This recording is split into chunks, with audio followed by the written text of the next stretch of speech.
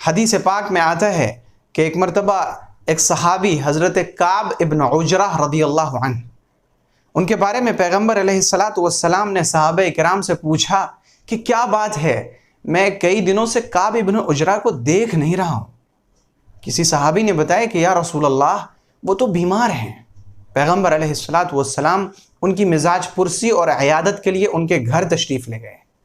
جب آپ وہاں پہنچے تو آپ نے دیکھا کہ کعب کی حالت بڑی نازک ہے۔ آپ علیہ السلام نے فرمایا کہ کعب تمہیں خوشخبری ہو۔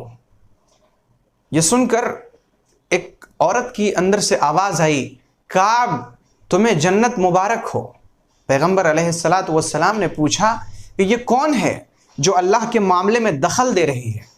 کعب نے عرض کیا یا رسول اللہ یہ میری والدہ ہیں۔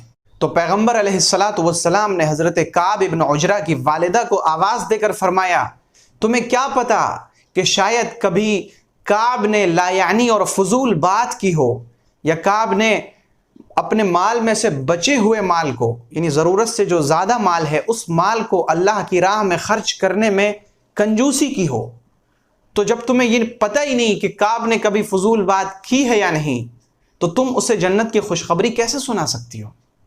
یعنی وہ باتیں ہیں جس میں نہ کوئی فائدہ ہوتا ہے نہ کوئی نقصان ہوتا ہے، اللہ رب العزت قیامت کے دن اس کا حساب لیں گے کہ تم نے یہ بات کیوں کی تھی، جب تمہیں اس میں کوئی فائدہ نہیں مل رہا تھا تو تم نے یہ گفتگو کیوں کی تھی۔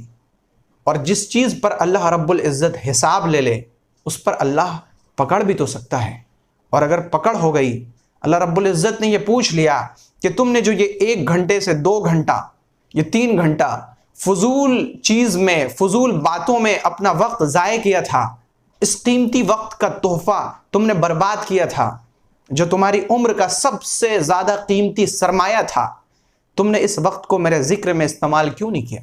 تم نے اس وقت کو دوسروں کو فائدہ پہنچانے میں استعمال کیوں نہیں کیا؟ تم نے اس وقت کا استعمال ایسا کیوں نہیں کیا کہ تمہارے علم میں اضافہ ہو؟ تو پھر ہم کیا جواب دیں گے؟ اس وقت ہمارا کیا جواب ہوگا جب اللہ رب العزت ہمیں تنہائی میں بلا کر ہم سے ایک ایک چیز کے بارے میں سوال کرے گا؟ تم نے اپنی عمر کہاں برباد کی؟ تم نے اپنی جوانی کہاں ضائع کی؟ تم نے اپنے مال کو کس طرح سے کمایا اور کس طرح سے خرچ کیا؟ تم نے ہمارے دیے ہوئے علم سے کتنا فائدہ اٹھایا؟ تم نے اس علم کو دوسروں تک کتنا پہنچایا؟ اس علم پر تم نے کتنا عمل کیا؟ اس وقت ہمارا جواب کیا ہوگا؟ تو ہمیشہ یاد رکھیے کہ باتیں 3 طرح کی ہوتی ہیں۔ ایک بات وہ جس سے کسی نہ کسی طرح کا فائدہ ہو، ایک بات وہ جس سے کسی نہ کسی طرح کا کوئی نقصان ہو، اور تیسری بات وہ ہے جس میں نہ کوئی فائدہ ہے نہ کوئی نقصان۔ تو جو باتیں فائدے کی ہیں وہ تو ہمیں بولنی ہیں، اور جو باتیں نقصان کی ہیں، جس کو بولنے سے کسی طرح کا نقصان پہنچ سکتا ہے، ہمیں اس سے بچنا ہے۔ اور تیسری باتیں وہ جس سے نہ فائدہ ہے نہ نقصان ہے، ہمیں ان باتوں سے بھی بچنا ہے۔ اور جس قدر ہم ان باتوں سے بچیں گے تو یہ ہمارے اسلام کی اچھائی کی علامت ہوگی۔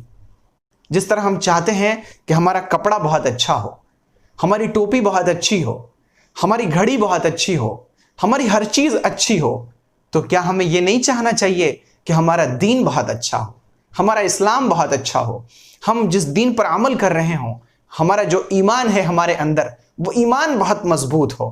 تو ہم اس ایمان کی مضبوطی کے لیے فضول باتوں سے، لا یعنی باتوں سے پرہیز کریں گے۔ اللہ رب العزت ہماری زبان پر کلمہ حق جاری فرمائے۔ اللہ رب العزت ہماری زبان کے شرور اور فتن سے ہمیں محفوظ فرمائے۔